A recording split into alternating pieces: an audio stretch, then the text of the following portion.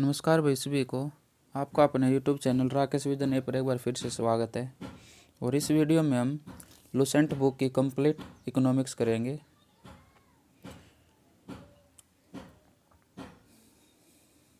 सबसे पहले अर्थशास्त्र और अर्थव्यवस्था क्या होती है। अर्थशास्त्र मानव की आर्थिक गतिविधियों का अध्ययन करता है। मानव द्वारा संपन्न वैसी सारी गतिविधियाँ जिनमें आर्थिक लाभ तथा हानि का तत्व विद्यमान हो, आर्थिक गतिविधियाँ कही जाती है। जिनमें लाभ भी और हानि भी हो, उन्हें आर्थिक गतिविधियाँ कहते हैं। अर्थव्यवस्था एक अधूरा शब्द है अगर इसके पूर्व किसी देश या किसी क्षेत्र विशेष का नाम न जोड़ा जाए। वास्तव में जब हम किसी देश को उसकी समस्त आर्थिक क्रियाओं के संदर्भ में परिभाषित करते हैं तो उसे अर्थव्यवस्था कहते हैं। आर्थिक क्रिया किसी देश के व्यापारिक क्षेत्र, घरेलू क्षेत्र तथा सरकार द्वारा दुर्लभ संसाधनों के प्रयोग, वस्तुओं तथा सेवाओं के उपभोग, उत्पादन तथा वितरण से संबंधित है।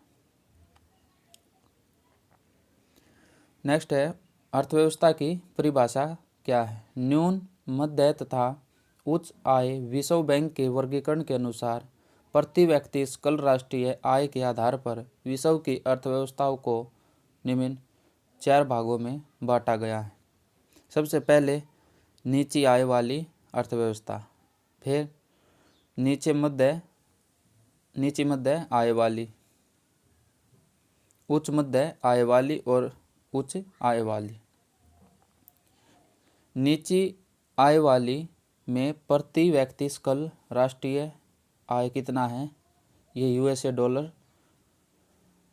995 या इससे कम है। नीची में 996 से लेकर 3895 तक है। और उच्च मध्य वाली में 3896 से 12055 तक है। और उच्च वाली में 12055 या इससे अधिक है। यह वर्गीकरण विश्व बैंक के वित्तीय वर्ष 1 जुलाई से 30 जून के प्रारंभ में किया जाता है। उपरोक्त वर्गीकरण 1 जुलाई 2018 का है। निजी क्षेत्र और बाजार के सापेक्ष राज्य व सरकार की भूमिका के आधार पर अर्थव्यवस्थाओं का वर्गीकरण 3 श्रेणियों में किया जाता है। वे 3 श्रेणी कौन कौन सी है। सबसे पहले पूंजीवाद अर्थव्यवस्था। इस अर्थव्यवस्था में क्या उत्पादन करना है, कितना उत्पादन करना है और उसे किस कीमत पर बेचना है, ये सब बाजार तय करता है। इसमें सरकार की कोई आर्थिक भूमिका नहीं होती। इसे क्या कहेंगे, पूंजीवाद अर्थव्यवस्था। नोट 1776 ईस्वी में प्रकाशित एडम स्मिथ की किताब दी वेल्थ ऑफ नेशन को पूंजीवादी अर्थव्यवस्था का उद्गम स्रोत माना जाता है। कौन सी किताब को पूंजीवाद अर्थव्यवस्था का उद्गम स्रोत माना जाता है? दी वेल्थ ऑफ नेशन को माना जाता है, जो प्रकाशित हुई थी 1776 में। और किसने की थी? एडम स्मिथ ने। राज्य अर्थव्यवस्था। इस अर्थव्यवस्था की उत्पत्ति पूंजीवादी अर्थव्यवस्था की लोकप्रियता के विरोध स्वरूप हुआ है। इसमें उत्पादन, आपूर्ति और कीमत सब का फैसला सरकार द्वारा लिया जाता है। ऐसी अर्थव्यवस्थाओं को केंद्रीकृत नियोजित अर्थव्यवस्था कहते हैं। जिनका फैसला सरकार द्वारा लिया जाता है उसे राज्य अर्थव्यवस्था, केंद्रीकृत नियोजन अर्थव्यवस्था कहते हैं, जो गैर बाजारी अर्थव्यवस्था होती है। राज्य अर्थव्यवस्था की 2 अलग अलग शैली नजर आती है। सोवियत संघ की अर्थव्यवस्था को समाजवादी अर्थव्यवस्था कहते हैं, जबकि 1985 ईस्वी से पहले चीन की अर्थव्यवस्था को साम्यवादी अर्थव्यवस्था कहते हैं। समाजवादी अर्थव्यवस्था में उत्पादन के साधनों पर सामूहिक नियंत्रण की बात शामिल थी और अर्थव्यवस्था को चलाने में सरकार की बड़ी भूमिका थी। वही साम्यवादी अर्थव्यवस्था में सभी संपत्तियों पर सरकार का नियंत्रण था और सम संसाधन भी सरकार के अधीन थे। पहली बार राज्य अर्थव्यवस्था सिद्धांत जर्मन दार्शनिक कार्ल मार्क्स 1818 से 1883 ईस्वी तक कार्ल मार्क्स ने दिया था। ये सिद्धांत था, जर्मनी दार्शनिक का सिद्धांत था ये, जो एक व्यवस्था के तौर पर पहली बार 1917 ईस्वी की बालशेविक क्रांति के बाद सोवियत संघ में नजर आई थी और इसका आदर्श रूप चीन 1949 ईस्वी में सामने आया था। नेक्स्ट है मिश्रित अर्थव्यवस्था। इसमें कुछ लक्षण राज्य अर्थव्यवस्था के मौजूद होते हैं तो कुछ लक्षण पूंजीवाद अर्थव्यवस्था के होते हैं, यानी सरकारी एवं निजी क्षेत्र का सह अस्तित्व। द्वितीय विश्व युद्ध की समाप्ति के बाद उपनिवेशवाद के चंगुल से निकले दुनिया के कई देशों ने मिश्रित अर्थव्यवस्था को अपनाया है। इसमें भारत है, मलेशिया है और इंडोनेशिया जैसे अन्य देश शामिल है।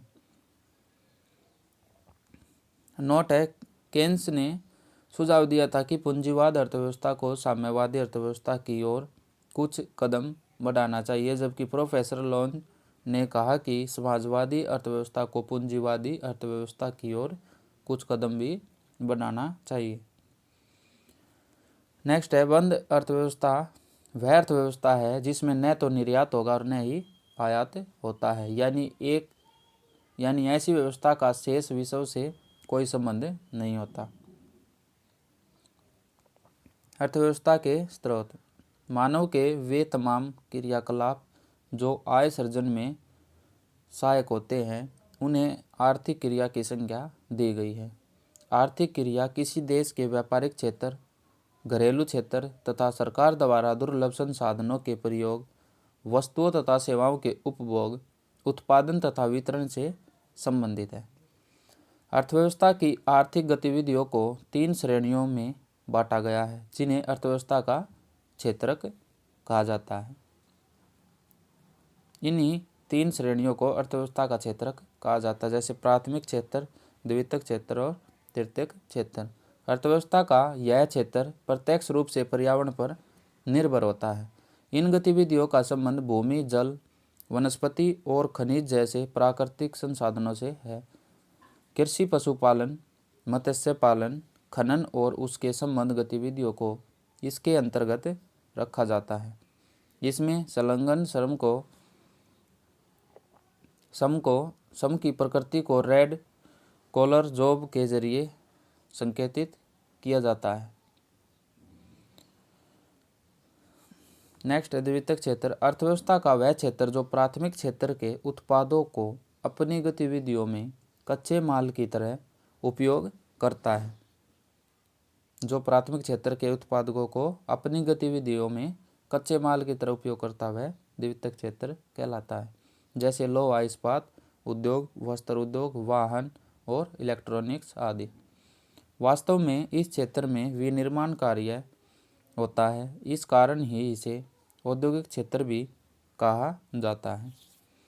इसमें लगे कुशल श्रमिकों को व्हाइट कॉलर जॉब के अंतर्गत स्थान दिया जाता है, जबकि उत्पादन प्रक्रिया में प्रत्यक्ष रूप से संलग्न श्रमिकों को ब्लू कॉलर जॉब के अंतर्गत रखा जाता है। नेक्स्ट है तृतीयक क्षेत्र। इस क्षेत्र में विभिन्न प्रकार की सेवाओं का उत्पादन किया जाता है, जैसे बीमा, बैंकिंग, चिकित्सा, शिक्षा, पर्यटन आदि। इस क्षेत्र को सेवा क्षेत्र के रूप में भी जाना जाता है। तृतीयक क्षेत्र भारतीय अर्थव्यवस्था के सकल राष्ट्रीय उत्पाद में सबसे अधिक योगदान करता है। यह सकल राष्ट्रीय उत्पाद में सबसे अधिक योगदान करता है। भारतीय अर्थव्यवस्था एक सम आधिक्य वाली अर्थव्यवस्था है। नेक्स्ट है आर्थिक समृद्धि एवं आर्थिक विकास। आर्थिक समृद्धि से अभिप्राय किसी समय अवधि में किसी अर्थव्यवस्था में होने वाली वास्तविक आय से है। सामान्यतः यदि सकल राष्ट्रीय उत्पाद GNP, सकल घरेलू उत्पाद GDP एवं प्रति व्यक्ति आय में वृद्धि हो रही है तो हम कह सकते हैं कि आर्थिक समृद्धि हो रही है। अर्थात आर्थिक समृद्धि उत्पादन की वृद्धि से संबंधित है, जिसमें कि परिमाणात्मक परिवर्तन होते हैं जो कि श्रम शक्ति, उपभोग, पूंजी और व्यापार की मात्रा में प्रसार के साथ होता है। नेक्स्ट है नोट, किसी देश की आर्थिक समृद्धि का सर्वाधिक उपयुक्त मापदंड प्रति व्यक्ति वास्तविक आय होता है। नेक्स्ट आर्थिक विकास। आर्थिक विकास की धारणा आर्थिक समृद्धि की धारणा से अधिक व्यापक है। आर्थिक विकास सामाजिक, सांस्कृतिक, आर्थिक, गुणात्मक एवं परिमाणात्मक सभी परिवर्तनों से संबंधित है। आर्थिक विकास तभी कहा जाएगा जब जीवन की गुणवत्ता में सुधार हो। आर्थिक विकास की माप में अनेक चर सम्मिलित किए जाते हैं, जैसे आर्थिक, राजनीतिक तथा सामाजिक संस्थाओं के स्वरूप में परिवर्तन, शिक्षा तथा साक्षरता दर, जीवन प्रत्याशा, पोषण का स्तर, स्वास्थ्य सेवाएं, प्रति व्यक्ति उपभोग वस्तुएं। अन्य आर्थिक विकास मूलतः मानव विकास ही है। भारतीय मूल के नोबेल पुरस्कार विजेता अर्थशास्त्री प्रोफेसर अमर्त्य सेन ने आर्थिक विकास को अधिकारिता तथा समता के विस्तार के रूप में परिभाषित किया है, जिसका तात्पर्य जीवन पोषण, आत्मसम्मान तथा स्वतंत्रता है। महबूब उल हक ने आर्थिक विकास को गरीबी के विरुद्ध लड़ाई के रूप में परिभाषित किया, चाहे वह गरीबी किसी रूप की भी क्यों न हो। आर्थिक समृद्धि किसके इक्वल होती है? केवल परिमाणात्मक परिवर्तन, राष्ट्रीय उत्पाद के आकार में परिवर्तन, आर्थिक चरों जिनका परिमाणात्मक माप संभव हो उनमें परिवर्तन। तो ये क्या होती है? आर्थिक समृद्धि होती है। और आर्थिक विकास क्या होता है? परिमाणात्मक एवं गुणात्मक परिवर्तन, राष्ट्रीय उत्पाद तथा जीवन की गुणवत्ता में सुधार होता है तो आर्थिक विकास होता है। आर्थिक तथा अनार्थिक चरों में परिवर्तन होता है तो आर्थिक विकास होता है।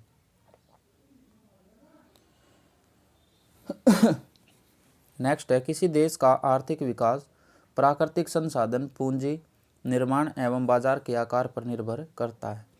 आर्थिक विकास की माप क्या होती है? विभिन्न देशों के आर्थिक विकास की माप तथा विभिन्न देशों के आर्थिक विकास की तुलनात्मक स्थिति ज्ञात करने के 5 दृष्टिकोण मिलते हैं।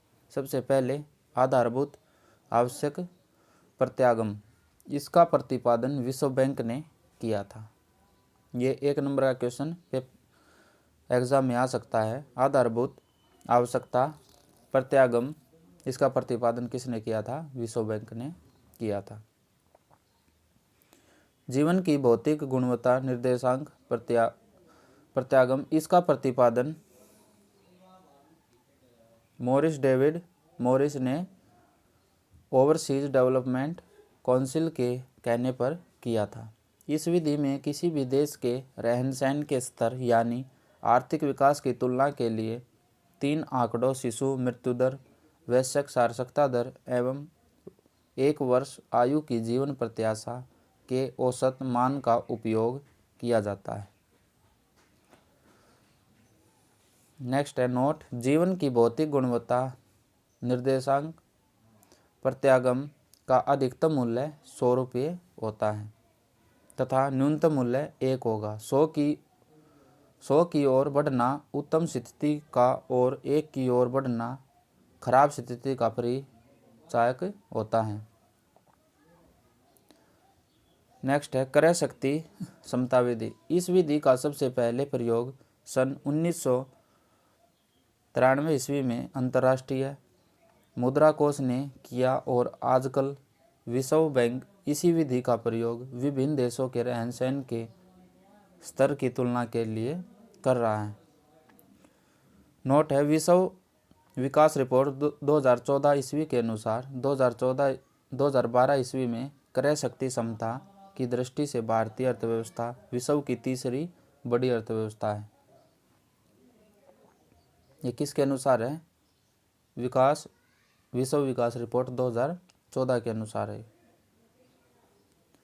नेक्स्ट है निवल आर्थिक कल्याण। निवल आर्थिक कल्याण सकल राष्ट्रीय उत्पाद माइनस छपी लागत तथा आधुनिक नगरीकरण की हानियां प्लस अवकाश तथा गृहिणियों की सेवाएं, ये क्या होता है? निवल आर्थिक कल्याण होता है।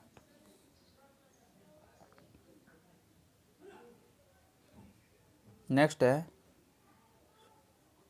सैमुएल्सन का यह मत है कि निवल आर्थिक कल्याण लोगों के जीवन निर्वाह में सुधार की सही माप करेगा। इस धारणा का प्रयोग सबसे पहले डेली तथा कोब ने 1989 ईस्वी में किया था और जीवन की गुणवत्ता में सुधार आर्थिक विकास का मापक की माप के लिए विलियम नोरदास तथा जेम्स टोबिन ने मेजर ऑफ इकोनॉमिक वेलफेयर की धारणा विकसित की थी, जिसे बाद में सैमुएल्सन ने संशोधित कर नेट इकोनॉमिक्स वेलफेयर कहा था।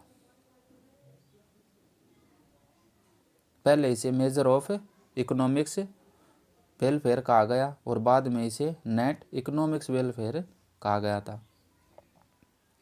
नेक्स्ट है मानव विकास सूचकांक HDI। इस सूचकांक का प्रतिपादन 1990 ईस्वी में United Nations Development Programme UNDP से जुड़े अर्थशास्त्री महबूब उल हक तथा उनके सहयोगियों ने किया था। इसका प्रतिपादन किसने किया था? महबूब उल हक द्वारा किया गया था। मानव विकास सूचकांक के 3 आधारभूत आयाम हैं: ज्ञान, जन्म के समय जीवन प्रत्याशा तथा क्रय शक्ति समायोजित प्रति व्यक्ति के रूप में प्रदर्शित जीवन निर्वाह का स्तर। मानव विकास सूचकांक का उच्चतम मान 1.0 तक हो सकता है।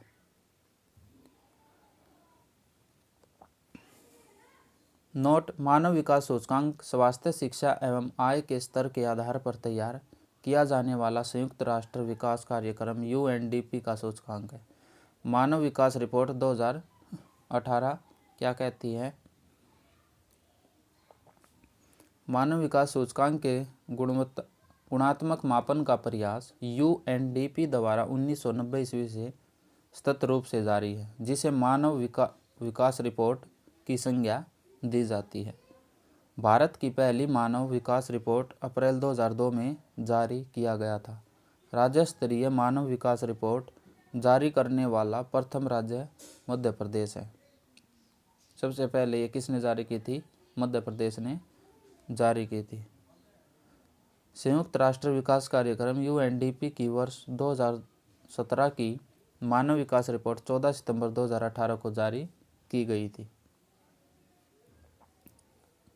विश्व की कुल 189 देशों के मानव विकास सूचकांक में भारत का 130वां स्थान है। वर्ष 2014 में 135वां और वर्ष 2015 में 130वां और 2016 में इसका 131वां स्थान भारत का है। 2017 में मानव विकास सूचकांक के 0.640 मान के साथ भारत को मध्यम मानव विकास समग्र में रखा गया है। नेक्स्ट है भारत के पड़ोसी देशों में श्रीलंका 76वां स्थान है श्रीलंका का। चीन का 86वां की स्थिति भारत से बेहतर है, जबकि भूटान 134वां, बांग्लादेश 136वां, नेपाल 149वां, म्यांमार 148वां, पाकिस्तान 150वां व अफगानिस्तान 168वां भारत से निम्नतर यानी पीछे है। 189 देशों की मानव विकास सूचकांक की सूची में नॉर्वे को सर्वोच्च स्थान प्रदान किया गया है, जबकि नाइजर सबसे पहले निचले पायदान पर है। नाइजर सबसे नीचे है। मानव विकास सूचकांक की दृष्टि से शीर्ष 5 राष्ट्र हैं: नॉर्वे, स्विट्जरलैंड, ऑस्ट्रेलिया और आयरलैंड और जर्मनी। ये इनके घटते क्रम हैं।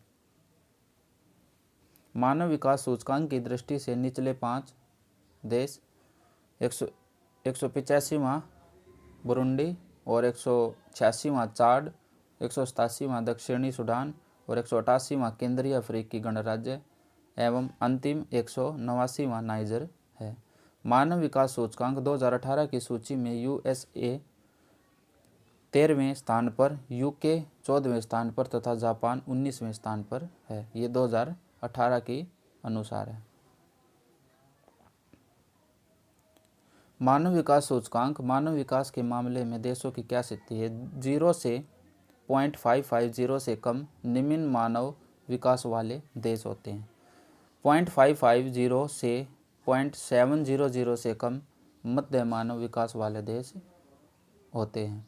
0.700 से 0.800 से कम 00 से कम उच्च मानव विकास वाले देश होते हैं। 0.800 से 1 तक बहुत उच्च मानव विकास वाले देश होते हैं। मानव विकास रिपोर्ट 2018 के आंकड़ों के अनुसार 59 देशों को अत्यधिक उच्च मानव विकास समूह में, 53 देशों को उच्च मानव विकास में और 39 देशों को मध्यम विकास समूह में तथा केवल 38 देशों को निम्न मानव विकास समूह में वर्गीकृत किया गया है। ये 18 के अनुसार आंकड़े हैं और इसको 59 देशों को तो अत्यधिक उच्च मानव विकास समूह में रखा गया, 53 देशों को उच्च मानव विकास समूह में और इसको 39 देशों को मध्यम विकास समूह में रखा गया और 38 देशों को निम्नतम मानव विकास समूह में वर्गीकृत किया गया है। यूएनडीपी की मानव विकास रिपोर्ट में विभिन्न देशों की तुलना मानव विकास सूचकांक के साथ साथ जेंडर इनइक्वलिटी इंडेक्स व बहुआयामीय गरीबी निर्देशांक के आधार पर भी की जाती है। नोट है, जेंडर इन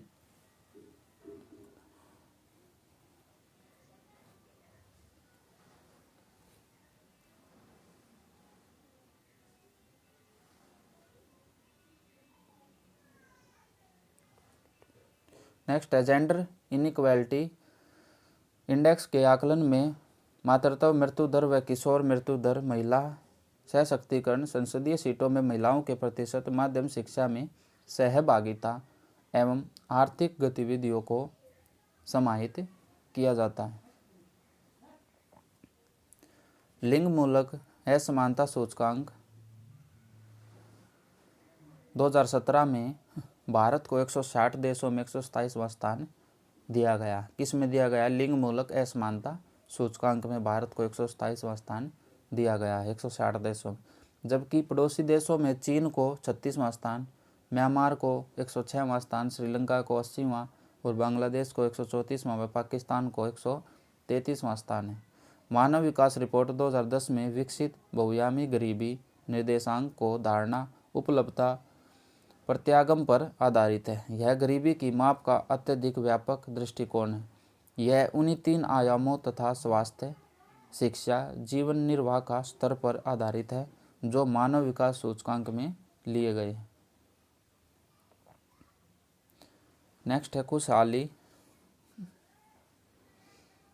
खुशहाली मनुष्य मात्र की आकांक्षा है जो कि सामाजिक प्रगति का पैमाना बन सकता है। दुनिया भर के देशों के लोग खुश है कि नहीं, इसकी सही माप की कुंजी खुशहाली शब्द के अर्थ में निहित है।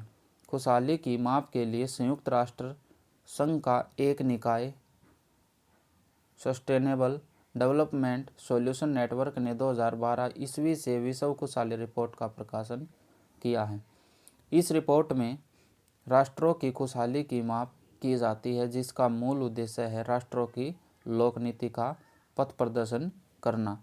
खुशहाली की माप निम्न 6 कारकों के आधार पर की जाती है।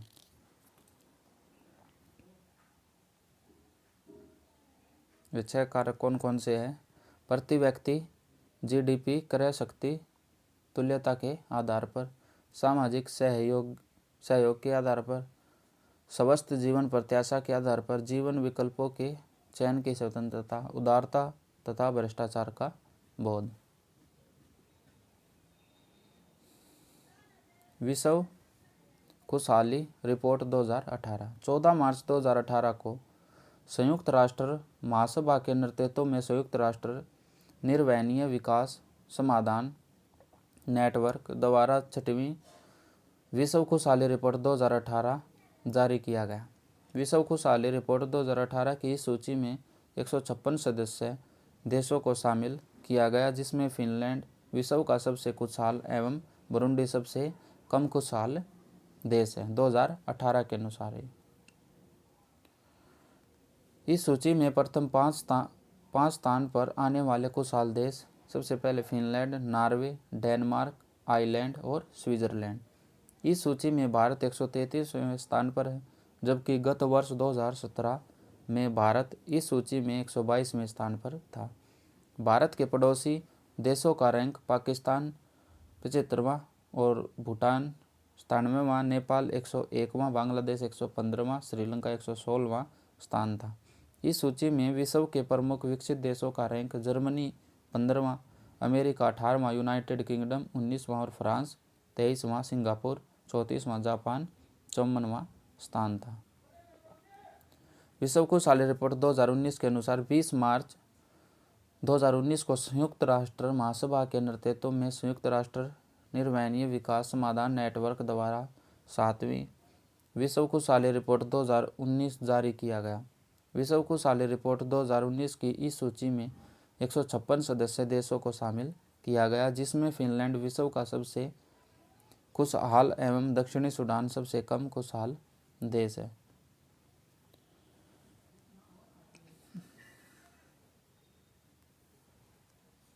इस सूची में प्रथम 5 स्थानों पर आने वाले खुशहाल देश फिनलैंड, डेनमार्क, नॉर्वे, आइसलैंड और नीदरलैंड है। इस सूची में भारत 140वें स्थान पर था, जबकि गत वर्ष 2018 में इस सूची में भारत किस स्थान पर था? 133वें स्थान पर था। भारत के पड़ोसी देशों का रैंक पाकिस्तान 167वां और चीन का 93वां, भूटान 95वां, नेपाल 100वां, बांग्लादेश 125वां तथा श्रीलंका 130वां। इस प्रकार भारत अपने पड़ोसी देशों से काफ़ी पीछे है। और विश्व का जिक्र करें तो यूनाइटेड किंगडम का 15वां स्थान और जर्मनी का 17वां, अमेरिका का 19वां और फ्रांस का 24वां स्थान था। वैश्विक लैंगिक अंतराल रिपोर्ट 2018। 18 दिसंबर 2018 को विश्व आर्थिक मंच WEF द्वारा वैश्विक लैंगिक अंतराल रिपोर्ट जारी की गई। इस रिपोर्ट के अंतर्गत जारी वैश्विक लैंगिक अंतराल सूचकांक में 149 देशों को शामिल किया गया है। यह सूचकांक 4 क्षेत्रों में लैंगिक अंतराल का परीक्षण करता है, जो निम्नलिखित है। सबसे पहले आर्थिक भागीदारी और अवसर, शैक्षणिक उपलब्धियां, स्वास्थ्य एवं उत्तरजीविता, राजनीतिक सशक्तिकरण। यह सूचकांक 0 से 1 के मध्य विस्तारित है। इसमें 1 का अर्थ पूर्ण लैंगिक समता तथा 0 का अर्थ पूर्ण लैंगिक असमानता है। वैश्विक लैंगिक अंतराल सूचकांक 2018 में आइसलैंड को शीर्ष स्थान एवं यमन को 149वां स्थान है। इस सूचकांक में शीर्ष पाँच स्थान प्राप्त करने वाले देश हैं आइसलैंड, नॉर्वे, स्वीडन और फिनलैंड और निकारागुआ।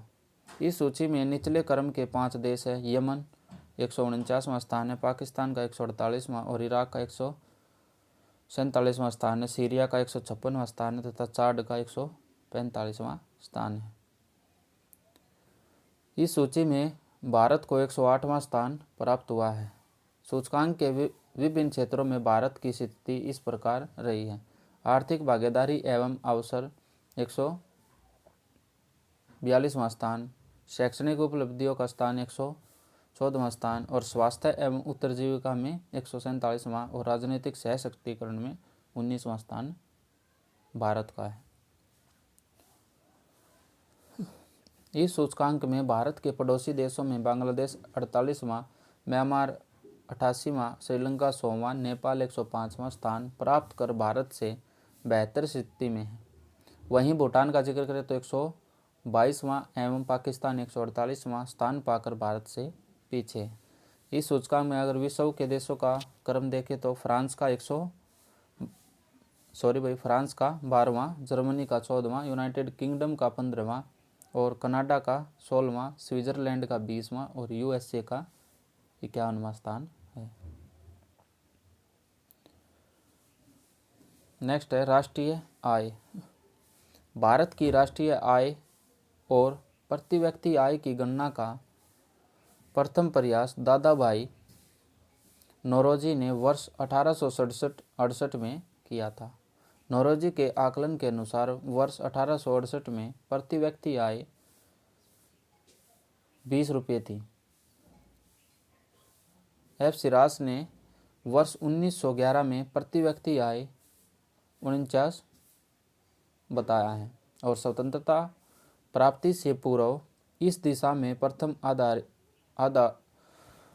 आधिकारिक प्रयास वाणिज्य मंत्रालय, जो आर्थिक सलाहकार कार्यालय है, उसके द्वारा किया गया।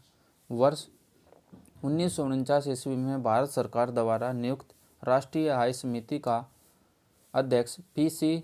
महालनोबिस थे। Doctor R.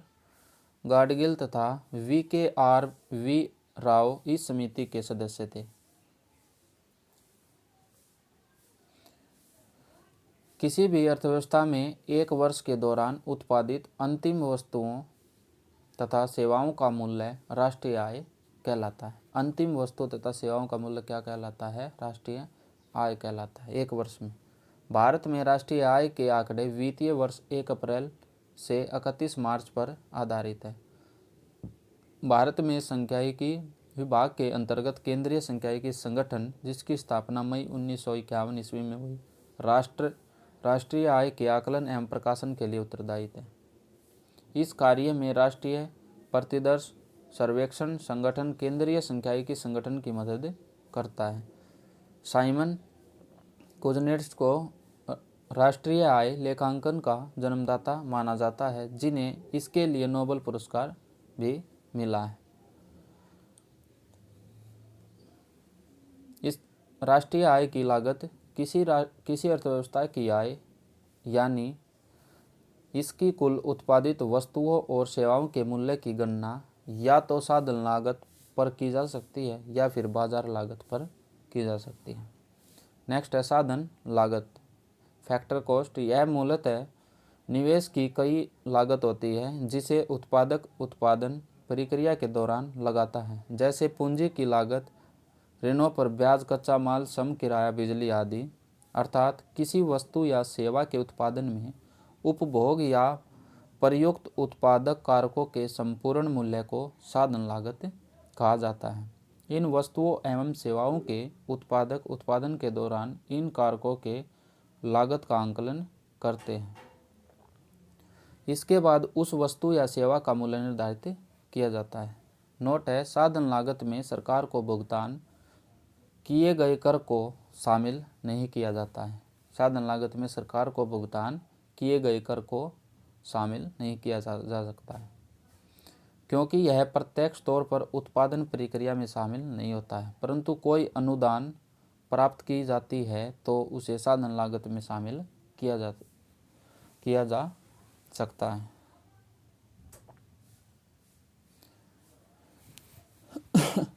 नेक्स्ट है बाजार लागत। बाजार लागत वह मूल्य है जिसे एक उपभोक्ता द्वारा किसी वस्तु एवं सेवा को खरीदते समय किसी विक्रेता को अदा करता है। बाजार लागत वस्तु एवं सेवा की साधन लागत पर अप्रत्यक्ष कर जोड़ने के बाद निकाली जाती है। यानी बाजार मूल्यों पर पहुंचने के लिए साधन लागत में सरकार को भुगतान किए गए कर को शामिल किया जाता है, जबकि सरकार द्वारा दी गई अनुदान को साधन लागत में से घटा दिया जाता है, क्योंकि साधन लागत निर्धारण के समय ही उसकी गणना कर ली जाती है।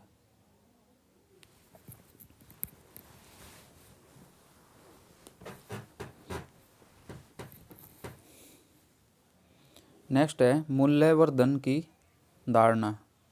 राष्ट्रीय उत्पादन या घरेलू उत्पादन का सही मूल्य निकालने के लिए जिससे कोई वस्तु तथा सेवा दोहरी गणना में न आए, यानी माध्यमिक वस्तुओं या प्रयुक्त आगतों को आकलन में आने से रोकने के लिए हम जिस विधि का प्रयोग करते हैं उसे ही मूल्यवर्धन विधि कहते हैं। मूल्यवर्धन उत्पादन प्रक्रिया में श्रम, पूंजी तथा अन्य साधनों के योगदान को प्रदर्शित करता है, और जब हम इसमें उत्पादन पर लगे करों के मूल्य को जोड़ देते हैं तथा उसमें से उत्पादन अनुदान को घटा देते हैं तो सभी निवासी उत्पादक इकाइयों के ऐसे मूल्यवर्धनों का योग ही जीडीपी होता है। अतः किसी राष्ट्र का जीडीपी सकल मूल्यवर्धनों जीवीए का योग होता है, जिसमें ह्रास नहीं निकाला गया है पर कर तथा अनुदान का समायोजन किया गया है।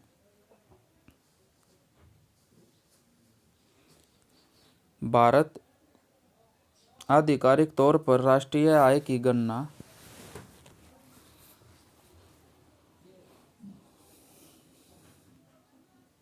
साधन लागत पर किया करता था। जनवरी 2015 से केंद्रीय सांख्यिकी संगठन CSO द्वारा राष्ट्रीय आय की गणना बाजार मूल्य पर की जा रही है, जो वास्तव में बाजार लागत पर ही है।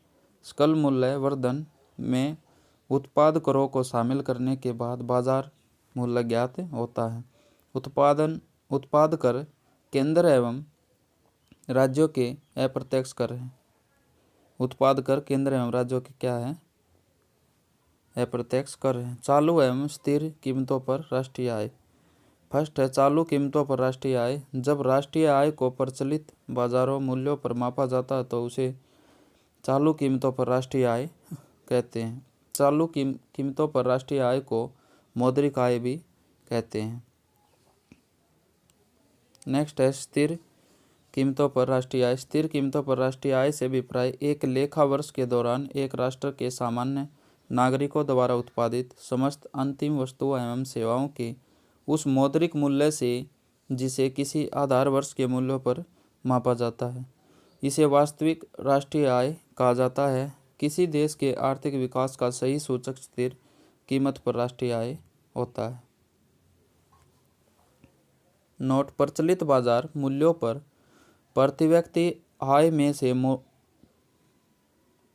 मुद्रास्फीति की वृद्धि दर घटाने पर स्थिर मूल्यों पर प्रति व्यक्ति आय प्राप्त होती है। अर्थात प्रचलित मूल्यों पर प्रति व्यक्ति आय की वृद्धि दर का मूल्य स्थिर कीमतों पर प्रति व्यक्ति आय की वृद्धि दर के मूल्य की अपेक्षा अधिक होगा।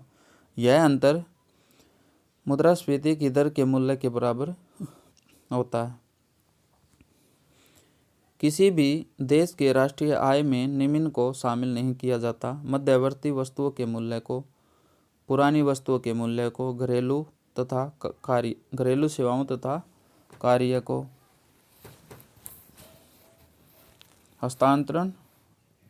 वित्तीय परिसंपत्तियां जैसे असपत्र और ऋणपत्र आदि के क्रय विक्रय को और हस्तांतरण भुगतान को।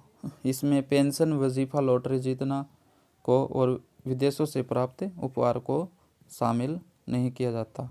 राष्ट्रीय आय में राष्ट्रीय आय की गणना के लिए उत्पाद पद्धति और आय पद्धति दोनों का सहारा लिया जाता है। उत्पाद पद्धति, इसके तहत माल और सेवाओं के शुद्ध मूल्य वृद्धि का आकलन किया जाता है। इसका प्रयोग कृषि, वानिकी, पशुपालन, खनन और उद्योग क्षेत्र में किया जाता है। इसको मूल्यवर्धित पद्धति के नाम से भी जाना जाता है। नेक्स्ट है आय पद्धति। इसके अंतर्गत उत्पादन के घटकों के लिए किए गए भुगतानों का योग किया जाता है और इसका प्रयोग परिवहन, प्रशासन और व्यापार जैसे सेवाओं प्रदाता की जीडीपी का आकलन करने के लिए करते हैं। नोट है आय विधि से राष्ट्रीय आय का आकलन करते समय अवितरित आय को शामिल नहीं किया जाता। राष्ट्रीय आय की विभिन्न अवधारणाएं तथा उनके बीच क्या संबंध है? राष्ट्रीय आय की मूलतः दो धारणाएं, घरेलू उत्पाद और राष्ट्रीय उत्पाद। घरेलू उत्पाद किसी देश की आर्थिक सीमा में स्थित निवासियों तथा गैर निवासियों द्वारा अर्जित आय को घरेलू उत्पाद कहा जाता है। घरेलू उत्पाद किसके इक्वल होता है? घरेलू आय में निवासियों का हिस्सा प्लस घरेलू आय में गैर निवासियों का हिस्सा।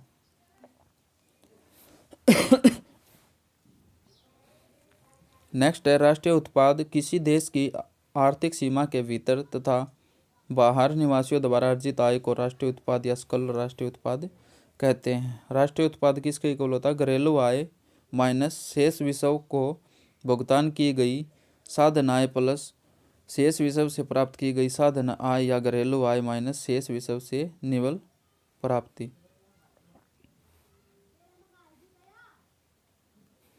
नेक्स्ट है जब भी किसी धारणा के साथ सकल जुड़ा हो तो इसका मतलब यह है कि स्थिर पूंजी उपभोग या ह्रास को घटाया नहीं गया है। जब हम सकल धारणा में से स्थिर पूंजी की उपभोग या ह्रास के मूल्य को घटा देते हैं तो हमें निवल या शुद्ध प्राप्त होता है। निवासी क्या होता है? निवासी की धारणा एक आर्थिक धारणा है, राजनीतिक नहीं है।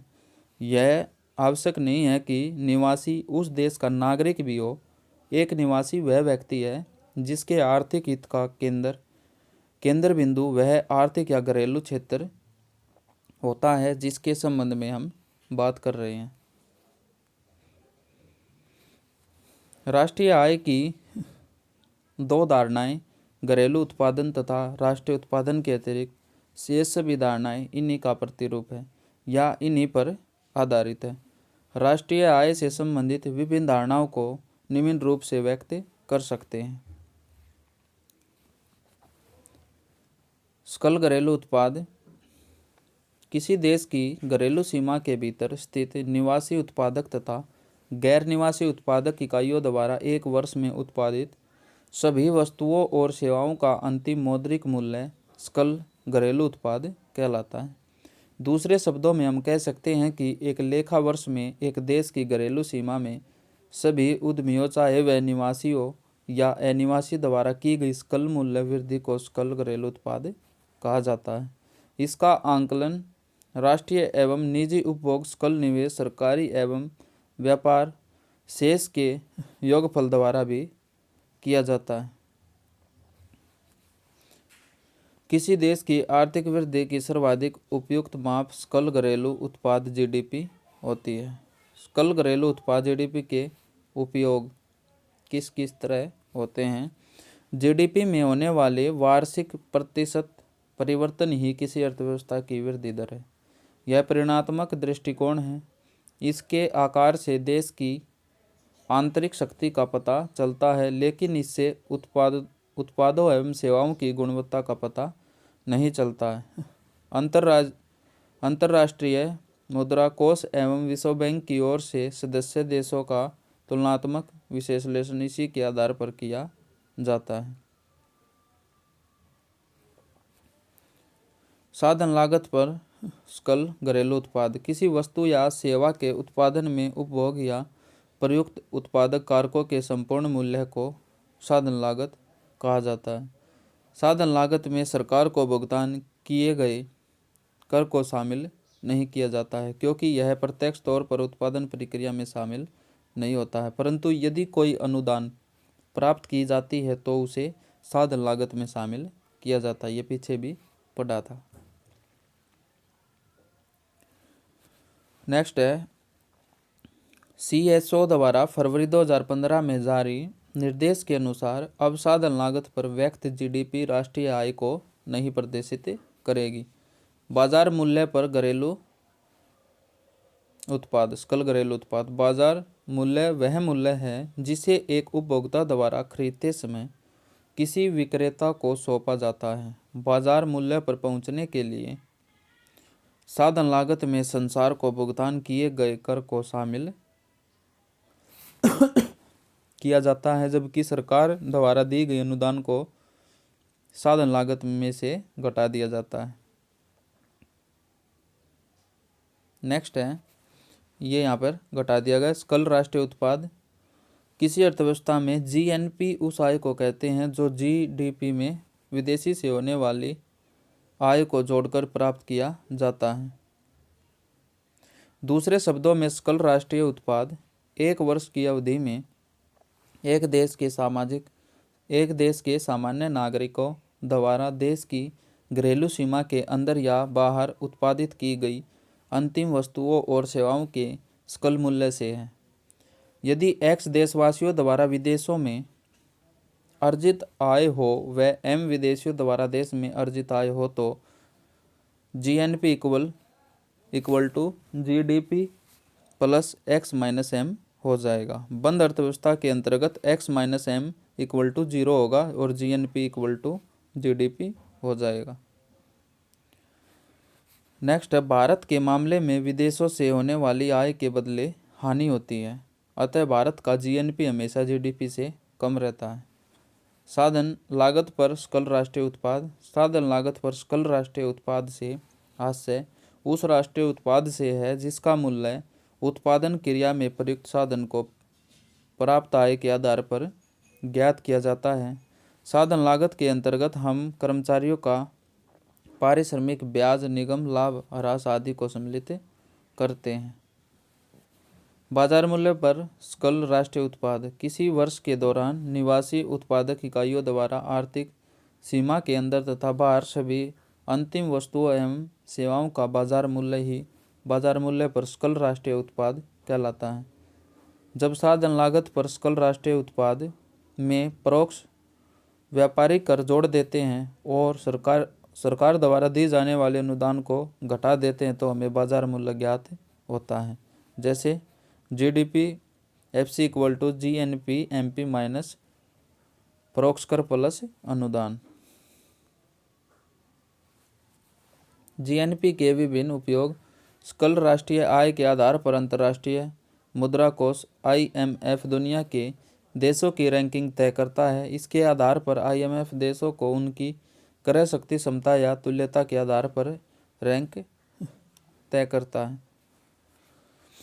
2015-16 ईस्वी में क्रय शक्ति क्षमता पीपीपी के आधार पर आईएमएफ ने भारत को दुनिया की तीसरी सबसे बड़ी अर्थव्यवस्था बताया है और इस आधार पर चीन पहले एवं यूएसए दूसरे सबसे बड़ी अर्थव्यवस्था है। सबसे पहले कौन सी है? चीन है और यूएसए दूसरी सबसे बड़ी अर्थव्यवस्था है और तीसरी भारत है। भारतीय मुद्रा के विनिमय दर के आधार पर भारत दुनिया की छठी सबसे बड़ी अर्थव्यवस्था है। विनिमय दर के आधार पर भारत छठी अर्थव्यवस्था है। राष्ट्रीय आय को आंकने के लिए जीएनपी जीडीपी की तुलना में विस्तृत पैमाना है क्योंकि यह अर्थव्यवस्था की परिमाणात्मक तस्वीर के साथ साथ गुणात्मक तस्वीर भी पेश करता है। यह किसी भी अर्थव्यवस्था को दुनिया की दूसरी अर्थव्यवस्था के साथ रिश्ते पर भी रोशनी डालता है। यह दूसरे देशों से लिए गए कर्ज एवं दूसरे देशों को दिए गए कर्ज से पता चलता है। यह बताता है कि बाहरी दुनिया किसी देश के खास उत्पाद पर कितने निर्भर है और वह उत्पाद दुनिया के देशों पर कितना निर्भर है।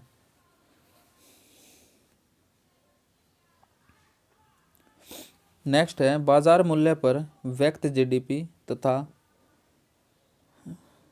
बाजार मूल्य पर व्यक्त जीएनपी की धारणा या घरेलू आय तथा राष्ट्रीय आय के बीच क्या संबंध है।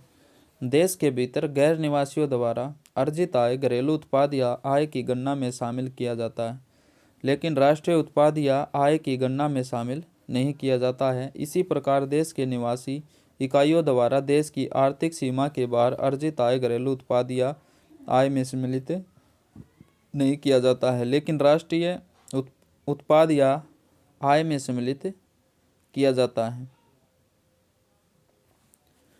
अतः देश के निवासियों द्वारा आर्थिक सीमा के बाहर अर्जित आय तथा गैर निवासियों द्वारा आर्थिक सीमा के भीतर अर्जित आय का अंतर, जिसे हम निव्वल विदेशी आय कह सकते हैं, वह धनात्मक या ऋणात्मक हो सकती है। यदि निवासियों द्वारा विदेशियों में अर्जित आय और गैर निवासियों द्वारा आर्थिक सीमा के भीतर अर्जित आय से अधिक हुई हो तो शेष धनात्मक होगा, अन्यथा ऋणात्मक होगा। GNP minus GDP equal to निवेश विदेशी आय होगी। निवल धारणाएं क्या होती है? जब हम सकल मूल्य में से चाहे वह बाजार मूल्य पर व्यक्त हो गया या साधन लागत पर व्यक्त हो, उसमें से ह्रास को घटा देते हैं तो निवल धारणा प्राप्त होती है। इस प्रकार हमें निम्नांकित निवल धारणाएं प्राप्त होगी। ये यहाँ पे कुछ फॉर्मूलों से समझा रखा है। नेक्स्ट है शुद्ध घरेलू उत्पाद। यह किसी भी अर्थव्यवस्था का वह जीडीपी है जिसमें से एक वर्ष के दौरान होने वाले मूल्य कटौती यानी ह्रास को घटाकर प्राप्त किया जाता है। इसमें मूल्य कटौती की दर सरकार निर्धारित करती है। भारत में मूल्य कटौती की दर का निर्धारण केंद्रीय वाणिज्य एवं उद्योग मंत्रालय करता है। NDP equal to GDP minus ह्रास। अतः किसी भी वर्ष में किसी भी अर्थव्यवस्था में एनडीपी हमेशा उस वर्ष की जीडीपी से कम होगा।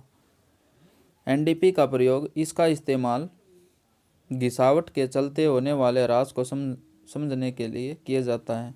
अनुसंधान और विकास के क्षेत्र में अर्थव्यवस्था की उपलब्धि को दर्शाने के लिए भी इसका उपयोग होता है। नोट: एनडीपी का इस्तेमाल दुनिया की अर्थव्यवस्थाओं की तुलना के लिए नहीं किया जाता है, क्योंकि दुनिया की अलग अलग अर्थव्यवस्थाएं अपने यहाँ मूल कटौती की अलग अलग दरें निर्धारित करती हैं।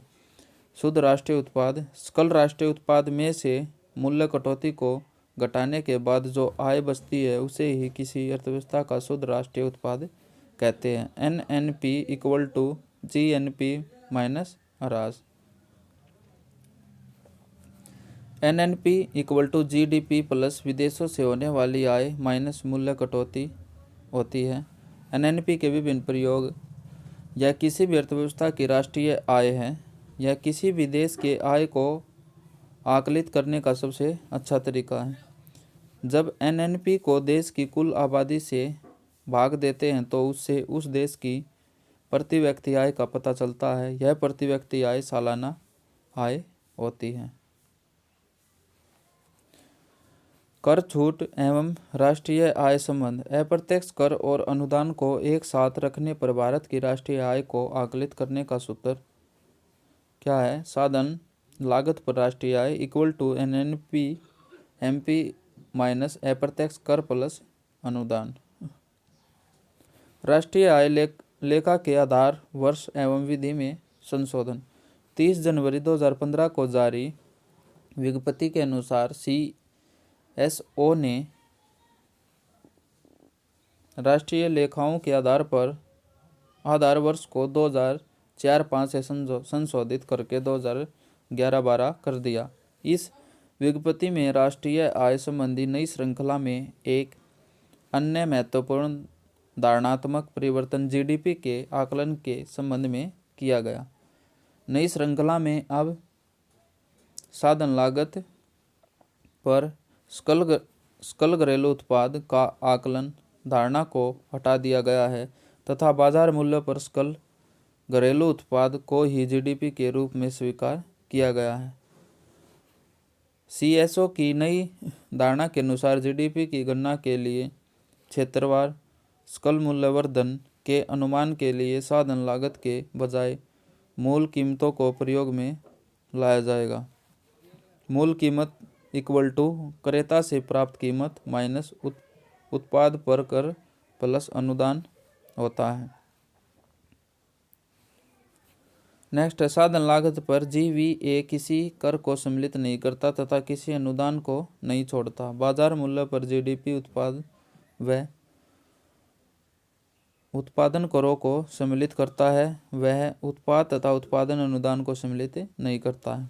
जीवीए साधन लागत पर जीवीए मूल्य पर तथा जीडीपी बाजार पर के बीच संबंध है। यदि सीई इक्वल टू कर्मचारियों की क्षतिपूर्ति है और ओएस परिचालन अधिशेष है, एमआई मिश्रित आय, सीएफसी मिश्रित पूंजी का उपभोग होता है। नेक्स्ट है इस विज्ञप्ति में सीईओ ने इस बात पर बल दिया कि आगे से जीडीपी बाजार मूल्य को ही राष्ट्रीय विकास की माप के लिए प्रयोग में लाया जाएगा। नोट: मूल कीमत परजीवी को व्यक्त करने की धारणा को सीएसओ ने United nation system of accounting से लिया है, जो वहाँ 1993 ईस्वी से ही प्रयोग में है।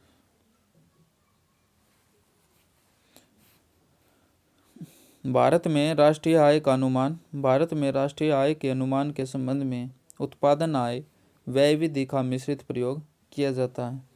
भारत में राष्ट्रीय आय के अनुमान के लिए सांख्यिकी संगठन ने संपूर्ण अर्थव्यवस्था को 6 क्षेत्रों में विभाजित किया है: प्राथमिक क्षेत्र, द्वितीयक क्षेत्र, परिवहन, संचार एवं व्यापार क्षेत्र, वित्त एवं वास्तविक संपदा, सामुदायिक एवं निजी क्षेत्र, विदेशी क्षेत्र, इन सब में कन्वर्ट किया है।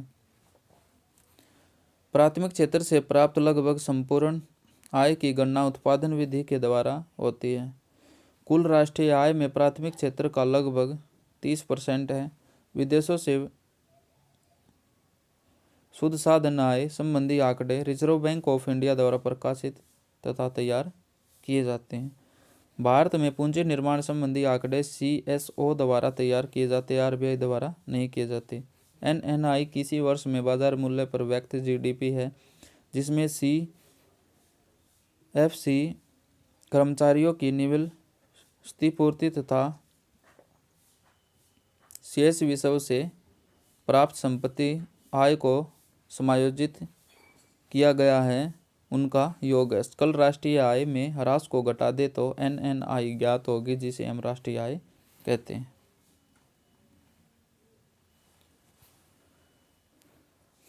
नेक्स्ट है वर्ष 2018-19 में राष्ट्रीय आय संबंधी प्रमुख आंकड़े।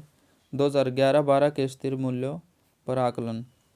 चालू वित्तीय वर्ष में देश के सकल घरेलू उत्पाद एवं राष्ट्रीय आय संबंधी दूसरे अग्रिम अनुमान केंद्रीय सांख्यिकी एवं कार्यक्रम कार्यान्वयन मंत्रालय के केंद्रीय सांख्यिकी कार्यालय सीएसओ द्वारा 28 फरवरी 2019 को जारी किए गए थे।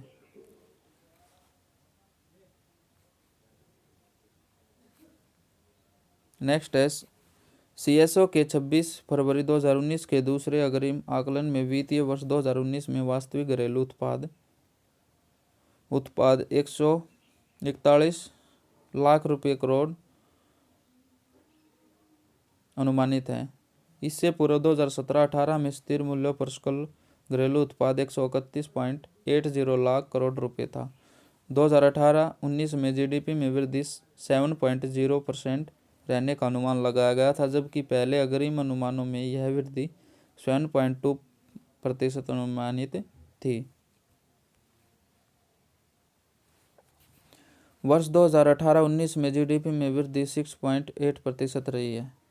सीएसओ के 28 फरवरी 2019 के दूसरे अग्रिम अनुमानों में स्थिर कीमतों पर 2018-19 में शुद्ध राष्ट्रीय आय 123.50 लाख करोड़ रुपये अनुमानित है, जबकि 2017-18 में यह 115.31 लाख करोड़ रुपये रही है। और इस प्रकार 2018-19 में स्थिर कीमतों पर शुद्ध राष्ट्रीय आय में 7.1% की वृद्धि अनुमानित है, जबकि 2017-18 में वास्तविक राष्ट्रीय आय में वृद्धि 7.7% रही थी। 2018 में स्थिर मूल्यों पर प्रति व्यक्ति आय 92,718 रहने का सीएसओ का दूसरा अग्रिम अनुमान है, और जबकि 2017-18 में वास्तविक प्रति व्यक्ति आय 87,623 रही है। और इस प्रकार वर्ष 2018 में सीएसओ के दूसरे अग्रिम अनुमान के अनुसार प्रति व्यक्ति आय में 5.8% की वृद्धि होने की संभावना की गई है। वित्तीय वर्ष 2018-19 में स्थिर मूल्य कीमतों पर जीवीए 129.26 लाख करोड़ रुपये रहने की संभावना है, जबकि 2017-18 में यह 121.07 लाख करोड़ था। इस प्रकार 2018-19 में जीवीए में स्थिर मूल कीमतों पर 6.8% की वृद्धि की संभावना है, और पूर्व वर्ष 2017-18 में यह वृद्धि 6.9% रही थी। नेक्स्ट है विविध मूल्यों पर राष्ट्रीय आय संबंधी प्रमुख आकलन। वर्ष 2018 में प्रचलित कीमतों पर सकल घरेलू उत्पाद 190.54 लाख करोड़ रुपए का CSO का दूसरा अग्रिम अनुमान है। वर्ष 2018 में यह 170.95 लाख करोड़ रुपए था और इस प्रकार चालू मूल्यों पर 2018-19 में GDP में वृद्धि 11.5% रहने का अनुमान है, जबकि 2017-18 में यह वृद्धि 11.3% थी। वर्ष 2018-19 में प्रचलित कीमतों पर शुद्ध राष्ट्रीय आय 168.76 लाख करोड़ रुपए अनुमानित है, जबकि 2017-18 में यह 151.28 लाख करोड़ रुपए रही है। इस प्रकार 2018-19 में प्रचलित कीमतों पर शुद्ध राष्ट्रीय आय में 11.6% की वृद्धि अनुमानित है, जबकि 2017 में यह वृद्धि 11.3% रही थी। प्रचलित मूल्यों पर वर्ष 2018-19 में प्रति व्यक्ति आय 1,26,699 रहने का CE का अग्रिम अनुमान है, जबकि 2017-18 में यह 1,14,958 थी। इस प्रकार प्रति व्यक्ति आय में 10.2% की वृद्धि होने का अनुमान अग्रिम अनुमान है। नेक्स्ट है कुछ विविध है। उत्पादन लागत पर निवल राष्ट्रीय उत्पाद राष्ट्रीय आय है। हिंदू वृद्धि दर राष्ट्रीय आय से संबंधित है। भारत में राष्ट्रीय आय में सर्वाधिक योगदान तृतीय क्षेत्र यानी सेवा क्षेत्र का है। प्रति व्यक्ति आय निकालने के लिए राष्ट्रीय आय को देश की कुल जनसंख्या से भाग दिया जाता है।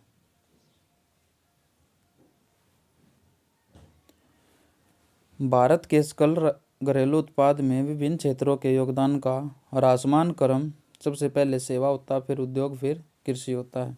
मूल ह्रास इक्वल टू सकल राष्ट्रीय उत्पाद माइनस निवल राष्ट्रीय उत्पाद। राष्ट्रीय आय अनुमान की गणना करते समय निर्यात मूल्य को जोड़ा जाना और आयात मूल्य को घटाना जाना ध्यान में रखना अपेक्षित होता है। गोवा की प्रति व्यक्ति आय सबसे अधिक है।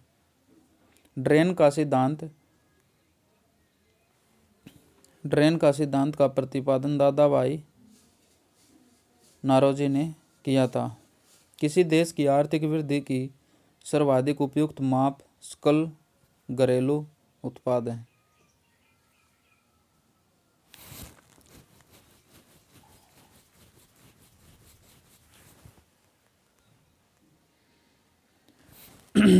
नेक्स्ट है आर्थिक आयोजन। आर्थिक आयोजन वह प्रक्रिया है जिसके अंतर्गत पूर्व निर्धारित उद्देश्यों की पूर्ति हेतु सीमित प्राकृतिक संसाधनों का कुशलतम उपयोग किया जाता है। भारत में आर्थिक आयोजन के निर्धारित उद्देश्य है आर्थिक समृद्धि, आर्थिक व सामाजिक असमानता को दूर करना, गरीबी का निवारण तथा रोजगार के अवसरों में वृद्धि। नोट है केंद्रीकृत नियोजन सर्वप्रथम पूर्व सोवियत संघ में अपनाया गया था। केंद्रीय नियोजन पंचवर्षीय योजनाएं लक्ष्य एवं उपलब्धियां हैं। इसको हम आगे इसमें कन्वर्ट कर लेंगे यहाँ से। प्रथम पंचवर्षीय योजना 1951 से 1956 ईस्वी तक। यह योजना हेरोड डोमर मॉडल पर आधारित थी। इस योजना का प्रमुख उद्देश्य अर्थव्यवस्था के संतुलित विकास की प्रक्रिया आरंभ करना था। इस योजना में कृषि को उच्च प्राथमिकता दी गई है। यह सफल योजना रही तथा इसने लक्ष्य 2.1 से आगे 3.6% विकास दर को हासिल किया है। इस योजना के दौरान राष्ट्रीय आय में 18% तथा प्रति व्यक्ति आय में 11% की कुल वृद्धि हुई है। इस योजना काल के दौरान कई बड़ी सिंचाई परियोजनाएं शुरू की गई, जैसे भाखड़ा नांगल परियोजना, व्यास परियोजना, दामोदर नदी घाटी परियोजना आदि। इस योजना काल में सार्वजनिक उद्योग के विकास की अपेक्षा की गई तथा इस मद में मात्र 6% राशि खर्च की गई। सामुदायिक विकास कार्यक्रम का प्रारंभ 1952 में किया गया। नेक्स्ट है द्वितीय पंचवर्षीय योजना 1956 से 1961। यह योजना पीसी महालनोबिस मॉडल पर आधारित थी। इसका मुख्य उद्देश्य समाजवादी समाज की स्थापना करना था। इस योजना में देश के जीवन स्तर को ऊंचा उठाने के लिए 5 वर्षों में राष्ट्रीय आय में 25% की वृद्धि करने का लक्ष्य निर्धारित किया गया था। इस योजना में लक्ष्य 4.5% से कम 4.1% विकास दर को हासिल किया गया। इसमें भारी उद्योगों व खनिज को उच्च प्राथमिकता दी गई तथा इस मद में सार्वजनिक क्षेत्र के व्यय की 24% राशि व्यय की गई। द्वितीय प्राथमिक यातायात व संचार को दी गई, जिस पर 28% राशि व्यय किया गया। अनेक महत्वपूर्ण वृहत उद्योग जैसे दुर्गापुर, भिलाई, राउरकेला के इस्पात कारखाने इसी योजना के दौरान स्थापित किए गए। तृतीय पंचवर्षीय योजना 1961 से 1966। इस योजना का उद्देश्य अर्थव्यवस्था को आत्मनिर्भर बनाना तथा स्वतः स्फूर्त अवस्था में पहुंचाना था। यह योजना अपने लक्ष्य 5.6% की वृद्धि दर को प्राप्त करने में सफल रही तथा 2.8% प्रति वर्ष की वृद्धि दर ही प्राप्त कर सकी। इस योजना में कृषि व उद्योग दोनों को प्राथमिकता दी गई। इस योजना के अंतर्गत 1964 में पूर्व सोवियत संघ के सहयोग से बोकारो झारखंड में बोकारो आयरन एवं स्टील इंडस्ट्री की स्थापना की गई थी। इस योजना की असफलता का मुख्य कारण भारत चीन युद्ध, भारत पाक युद्ध तथा अभूतपूर्व सूखा था। इस योजना के दौरान सरकार द्वारा बनाई गई कृषि नीति ने हरित क्रांति को जन्म दिया है।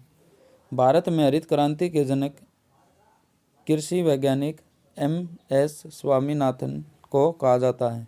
विश्व हरित क्रांति के जनक नॉर्मन E. बोरलॉग है। नेक्स्ट है इसमें योजना अवकाश था 1966 से 69 तक। इस अवधि में 3 वार्षिक योजनाएं तैयार की गई। इस अवकाश अवधि में कृषि तथा समृद्ध क्षेत्र और उद्योग क्षेत्रों को समान प्राथमिकता दी गई। योजना अवकाश का प्रमुख कारण भारत पाक संघर्ष तथा सूखा के कारण संसाधनों की कमी, मूल्य स्तर में वृद्धि रही। इस दौरान 3.8% की वार्षिक वृद्धि दर प्राप्त हो सकी। भारत में योजना अवधि में 3 बार योजना अवकाश आया है।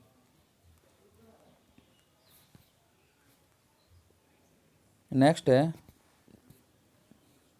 चतुर्थ पंचवर्षीय योजना 1969 से 1974। यह पंचवर्षीय योजना DR गाडगिल मॉडल पर आधारित थी। इस योजना के मुख्य उद्देश्य स्थायित्व के साथ विकास तथा आर्थिक आत्मनिर्भरता की प्राप्ति थी। इस योजना में समाजवादी समाज की स्थापना को भी विशेष रूप से लक्षित किया गया। इस योजना में भारत की कृषि वृद्धि दर सर्वाधिक रही है। इस योजना की उच्च प्राथमिकता मुद्रास्फीति को नियंत्रित करने और आर्थिक स्थिति में स्थिरता लाने की थी। परिवार नियोजन कार्यक्रम इस योजना में लागू किए गए थे। इस योजना में क्षेत्रीय विषमता दूर करने के उद्देश्य के साथ विकास केंद्र उपागम की शुरुआत की गई। संसाधन आधारित कार्यक्रम, समस्या आधारित कार्यक्रम, लक्षित समूह उपागम, प्रोत्साहन दृष्टिकोण और व्यापक क्षेत्र उपागम आदि विकास केंद्र उपागम के घटक भी थे। विकास केंद्र उपागम पर विशेष बल 5वीं योजना में दिया गया। यह योजना अपने लक्ष्य को प्राप्त करने में सफल रही तथा 5.7% की वृद्धि दर, लक्ष्य के विरुद्ध मात्र 3.3% वार्षिक वृद्धि दर प्राप्त की जा सकती है। श्वेत क्रांति ऑपरेशन फ्लड इसी योजना काल में प्रारंभ की गई थी। योजना की विफलता का कारण मौसम की प्रतिकूलता तथा बांग्लादेशी शरणार्थियों का आगमन था। नेक्स्ट है 5वीं पंचवर्षीय योजना 1974-78 ईस्वी। इस योजना का मुख्य उद्देश्य गरीबी उन्मूलन तथा आत्मनिर्भरता की प्राप्ति थी। यह योजना केवल 4 वर्ष की थी। योजना में आर्थिक स्थायित्व लाने को उच्च प्राथमिकता दी गई। इसी योजना में 20 सूत्री कार्यक्रम 1975 ईस्वी की शुरुआत हुई थी। योजना के दौरान विकास लक्ष्य प्रारंभ में 5.5% वार्षिक वृद्धि रखी गई, परंतु बाद में इसे संशोधित कर 4.4 वार्षिक कर दी गई और 4.8% की वृद्धि दर प्राप्त की गई थी। इस योजना में पहली बार गरीबी एवं बेरोजगारी पर ध्यान दिया गया। न्यूनतम आवश्यकता कार्यक्रम व कामकाज के बदले अनाज कार्यक्रम का संबंध इस योजना से है। योजना में सर्वोच्च प्राथमिकता कृषि को दी गई एवं तत्पश्चात उद्योग व खनिज क्षेत्र को भी दी गई थी। यह योजना सामान्यतः सफल रही थी और परंतु गरीबी तथा बेरोजगारी में विशेष कमी नहीं हो सकी। जनता पार्टी शासन द्वारा इस योजना को सन 1978 ईस्वी में ही समाप्त करने का निर्णय लिया गया। नेक्स्ट है अनवरत योजना 1978 से 1980 ईस्वी तक। 1978 से 1983 अवधि के लिए अनवरत योजना मोरारजी देसाई के नेतृत्व वाली जनता पार्टी सरकार के द्वारा बनाई गई, लेकिन इंदिरा गांधी के नेतृत्व वाली नई सरकार द्वारा यह 1980 में ही समाप्त कर दी गई। इस योजना के द्वारा उच्च मूल्य की मुद्राओं की वैधता समाप्ति, शराबबंदी, जन वितरण प्रणाली का विस्तार तथा सार्वजनिक बीमा योजना की शुरुआत की गई थी। अनवरत योजना का प्रतिपादन गुनार मिर्डल द्वारा अपनी पुस्तक एशियन ड्रामा में किया गया था तथा इसे भारत में लागू करने का श्रेय जनता पार्टी की सरकार तथा डीटी लकड़ावाला को जाता है। नेक्स्ट है छठी पंचवर्षीय योजना 1980 से 85 तक। इस योजना का प्रारंभ रोलिंग प्लान जो जनता पार्टी सरकार द्वारा बनाई गई थी उसको समाप्त करके की गई थी। इस योजना का मुख्य उद्देश्य गरीबी उन्मूलन और रोजगार में वृद्धि था। पहली बार गरीबी उन्मूलन पर विशेष जोर दिया गया। योजना में विकास का लक्ष्य 5.2% वार्षिक दर रखा गया तथा सफलतापूर्वक 5.54% की वार्षिक वृद्धि दर प्राप्त की गई। इस योजना के दौरान समन्वित ग्रामीण विकास कार्यक्रम जैसे महत्वपूर्ण कार्यक्रम शुरू किए गए।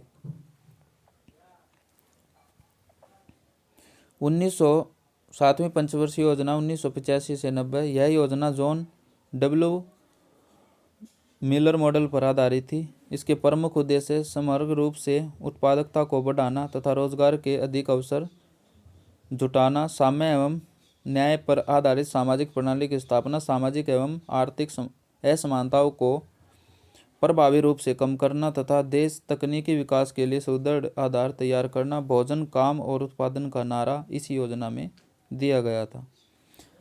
योजना में सकल घरेलू उत्पाद में 5% वार्षिक वृद्धि दर का लक्ष्य रखा गया, जबकि वास्तविक वृद्धि दर 6.02% वार्षिक रही थी। अतः यह योजना सफल रही थी। योजना में प्रति व्यक्ति आय में 3.6% प्रतिवर्ष की दर से वृद्धि हुई थी। इस योजना में योजना परिव्यय की दृष्टि से पहली बार निजी क्षेत्र को सार्वजनिक क्षेत्र की तुलना में वरीयता दी गई थी। इसी योजना में जवाहर रोजगार योजना जैसी महत्वपूर्ण रोजगार परक कार्यक्रम प्रारंभ किया गया था। योजना अवकाश 1990 से 92 ईस्वी तक। 1 अप्रैल 1990 से 31 मार्च 1992 तक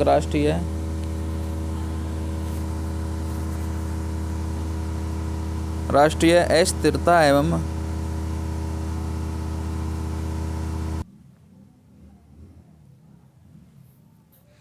आर्थिक संकट के कारण 1 वर्षीय योजना बनाई गई। नोट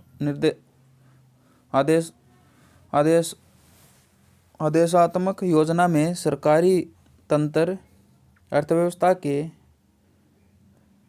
विनियामक एवं मुख्य विकास एजेंट की भूमिका निभाता है। वही निदेशात्मक योजना में सरकारी तंत्र अर्थव्यवस्था में सहयोगी की भूमिका में होता है। भारत में 1991 ईस्वी के पूर्व आदेशात्मक योजना लागू थी, जबकि 1951 ईस्वी के बाद निदेशात्मक योजना लागू है। नेक्स्ट है 8वीं पंचवर्षीय योजना। इस योजना में सर्वोच्च प्राथमिकता मानव संसाधन का विकास अर्थात रोजगार, शिक्षा व जन स्वास्थ्य को दिया गया, अर्थात मानव विकास को सारे विकास प्रयासों को सार तत्व माना गया। इसके अतिरिक्त आधारभूत ढांचे का सशक्तिकरण तथा शताब्दी के अंत तक लगभग पूर्ण रोजगार की प्राप्ति को प्रमुख लक्ष्य बनाया गया। औद्योगिकरण के ढांचे में परिवर्तन के अंतर्गत भारी उद्योग का महत्व कम करते हुए आधारिक संरचनाओं पर बल देने की शुरुआत इस योजना से की गई। यह योजना सफल योजना रही तथा 5.6% वार्षिक वृद्धि दर के लक्ष्य से ज़्यादा 6.8% वार्षिक वृद्धि दर प्राप्त की गई। इस काल में प्रधानमंत्री रोजगार योजना 1993 ईस्वी की शुरुआत हुई। 8वीं योजना में ही राष्ट्रीय महिला कोष की स्थापना मार्च 1993 में भारत सरकार के मानव संसाधन मंत्रालय के तहत महिला तथा बाल विकास विभाग द्वारा एक स्वतंत्र पंजीकृत सोसाइटी के रूप में की गई थी। इसका मुख्य उद्देश्य गरीब महिलाओं को आमदनी सृजन के कार्यों के लिए या संपत्ति निर्माण के लिए लघु ऋण प्रदान करना या इस प्रावधान को बढ़ावा देना था। इसके तहत आरंभिक कोष की आरंभिक सीमा 31 करोड़ रुपये रखी गई थी। इस योजना में प्रारंभिक शिक्षा को सर्वव्यापक बनाने तथा 15 से 35 वर्ष के लोगों में निरक्षरता को पूर्णतः समाप्त करने का प्रयास किया गया। इस योजना का प्रमुख लक्ष्य मेला ढोने की प्रथा को पूर्णतः समाप्त करना था। नेक्स्ट है 9वीं पंचवर्षीय योजना 1997 से 2002। 9वीं पंचवर्षीय योजना में सर्वोच्च प्राथमिकता न्यायपूर्ण वितरण एवं समानता के साथ विकास को दिया गया। इस योजना की अवधि में सकल घरेलू उत्पाद की वार्षिक वृद्धि दर का लक्ष्य 6.5% रखा गया, जबकि उपलब्धि मात्र 5.4% वार्षिक वृद्धि की रही। इस प्रकार यह योजना सफल रही। इस योजना की असफलता के पीछे अंतर्राष्ट्रीय मंदी को जिम्मेदार माना गया था। क्षेत्रीय संतुलन जैसे मुद्दों को भी इस योजना में विशेष स्थान दिया गया। 9वीं योजना में आत्मनिर्भरता प्राप्त करने के लिए प्राथमिक क्रम में निम्नलिखित क्षेत्रों को चुना गया: भुगतान संतुलन सुनिश्चित करना, विदेशी ऋण भार को न केवल बढ़ाने से रोकना वरन उसमें कमी भी लाना, खाद्यान्नों में आत्मनिर्भरता प्राप्त करना और प्रौद्योगिकीय आत्मनिर्भरता प्राप्त करना, जड़ी बूटियों और औषधीय मूल के पेड़ पौधों सहित प्राकृतिक संसाधनों का समुचित उपयोग तथा संरक्षण करना। नेक्स्ट है 10वीं पंचवर्षीय योजना 2002 से 2007। 10वीं पंचवर्षीय योजना का उद्देश्य देश में गरीबी और बेरोजगारी समाप्त करना तथा अगले 10 वर्षों में प्रति व्यक्ति आय दोगुनी करना प्रस्तावित किया गया है। योजना अवधि में सकल घरेलू उत्पाद में वार्षिक 8% की वृद्धि का लक्ष्य रखा गया है, जबकि उपलब्धि 7.5% रही है। योजना के दौरान प्रतिवर्ष 7.5 अरब डॉलर के प्रत्यक्ष विदेशी निवेश का लक्ष्य रखा गया। योजना अवधि में 5 करोड़ रोजगार के अवसरों का सृजन करना लक्षित था। इसके अतिरिक्त 2007 ईस्वी तक अर्थात योजना के अंत तक साक्षरता 75%, शिशु मृत्यु दर 45 प्रति हजार या इससे कम तथा वनाच्छादन 25% करने का लक्ष्य रखा गया। भारत की 10वीं पंचवर्षीय योजना 31 मार्च 2007 को समाप्त हो गई। 10वीं पंचवर्षीय योजना के उपलब्ध अंतिम आंकड़ों के अनुसार यह योजना अब तक को सफलतम योजना रही। इस योजना में 7.7% की औसत सालाना वृद्धि दर प्राप्त की गई। अर्थव्यवस्था के तीनों प्रमुख क्षेत्रों कृषि, उद्योग व सेवा में 10वीं योजना के दौरान प्राप्त की गई वृद्धि दरें इनके लिए निर्धारित किए गए लक्ष्यों के काफ़ी निकट रही हैं। कृषि में 4% सालाना वृद्धि का लक्ष्य था और अंतिम आंकड़ों के अनुसार प्राप्ति 3.42% की रही। इस प्रकार उद्योगों व सेवाओं के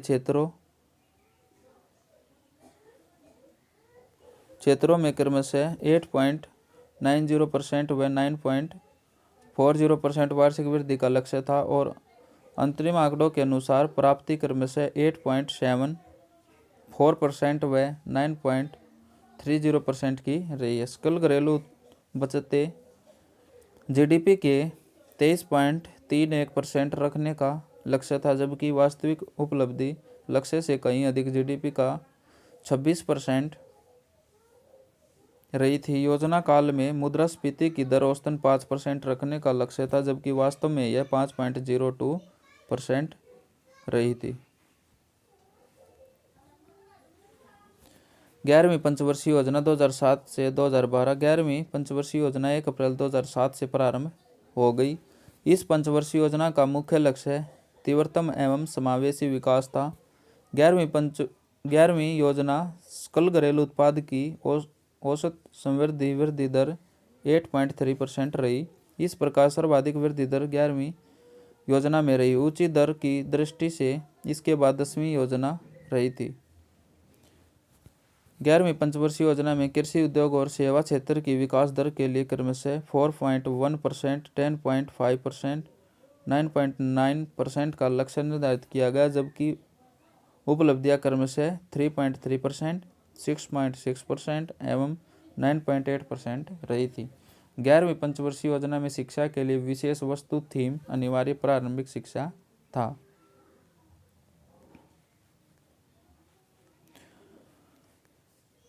नेक्स्ट है 12वीं पंचवर्षीय योजना 2012 से 17 तक। 12वीं पंचवर्षीय योजना को राष्ट्रीय विकास परिषद की दिसंबर 2012 में मंजूरी मिली। इसका मुख्य उद्देश्य तीव्र, अधिक समावेशी और धारणीय विकास है।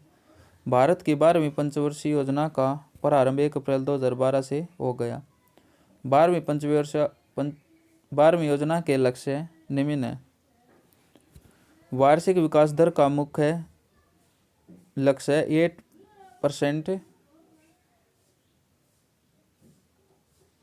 8% था। योजना के अप्रोच पेपर में यह लक्ष्य 9% का निर्धारित किया गया था, जिसे बाद में सितंबर 2012 ईस्वी में घटाकर 8.2 किया गया, जिसे योजना आयोग की स्तुति में पर राष्ट्रीय विकास परिषद ने घटाकर 8% कर दिया। कृषि, वानिकी, मत्स्य क्षेत्र में 4% व विनिर्माण क्षेत्र में 10% के औसतन वार्षिक वृद्धि के लक्ष्य थे। योजनावधि में गैर कृषि क्षेत्र में रोजगार के 5 करोड़ नए अवसरों के सृजन का लक्ष्य रखा गया। योजना के अंत तक निर्धनता अनुपात से नीचे की जनसंख्या के प्रतिशत में पूर्व आकलन की तुलना में 10% बिंदुओं की कमी लाने का लक्ष्य रखा गया। योजना के अंत तक देश में शिशु मृत्यु दर को 25 तथा मातृत्व दर को 1 प्रति 1000 जीवित जन्म तक लाने तथा 0 से 6 वर्ष की आयु वर्ग में बाल लिंगानुपात को 950 करने का लक्ष्य रखा गया। योजना के अंत तक कुल प्रजनन दर को घटाकर 2.1% तक लाने का लक्ष्य रखा गया और योजना के अंत तक आधारिक संरचना क्षेत्र में निवेश को बढ़ाकर जीडीपी के 9% तक लाने का लक्ष्य रखा गया और योजना के अंत तक सभी गांवों को 12मासी सड़कों से जोड़ना था। ये नीति आयोग है। 1 जनवरी 2015 को मंत्रिमंडल के एक प्रस्ताव के तहत योजना आयोग की जगह एक नई संस्था, जिसे राष्ट्रीय भारत परिवर्तन संस्थान कहा गया, अस्तित्व में आई थी। आमतौर पर इसे नीति आयोग के नाम से जाना जा रहा है। वर्तमान में प्रधानमंत्री की अध्यक्षता में काम करने वाला यह आयोग केंद्र सरकार के साथ साथ राज्य सरकारों के लिए भी नीति निर्माण का कार्य करेगी और यह आयोग पंचवर्षीय योजनाओं के स्वरूप के संबंध में भी सरकार को सलाह देगी। नेक्स्ट है औसत वार्षिक केंद्रीय राजकोषीय घाटा। इस योजना अवधि में जीडीपी के 3.25% के स्तर पर स्तर तक सीमित रखने का लक्ष्य बनाया गया और चालू खाते के घाटे जीडीपी के 2.5% तक करने का लक्ष्य रखा गया। थोक मूल्य सूचकांक की औसत वार्षिक वृद्धि को 12वीं योजना में 4.5 से 5% तक सीमित रखने का लक्ष्य है।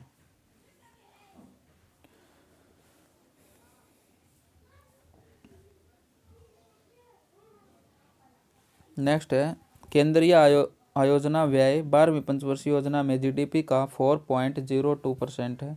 केंद्र के लिए निवल राजस्व 12वीं योजनावधि में जीडीपी के 8.68% होने की उम्मीद है। 12वीं योजनावधि कर भिन्न राजस्व जीडीपी के 1.01 रहने की संभावना है।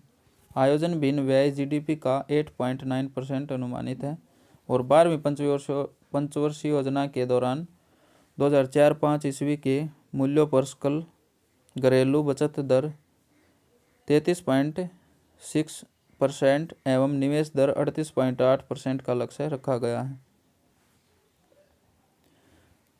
12वीं पंचवर्षीय योजना में सर्वाधिक धनराशि सामाजिक सेवाओं की मदद में विनिहित की गई है। इसमें कुल 26,64,843 करोड़ रुपये विनिहित किया गया है, जो कुल परिव्यय का 34.7% है। नोट: वर्तमान में भारत की योजनाओं के सार्वजनिक व्यय हेतु अधिकतम साधन ऋण से जुटाए जाते हैं।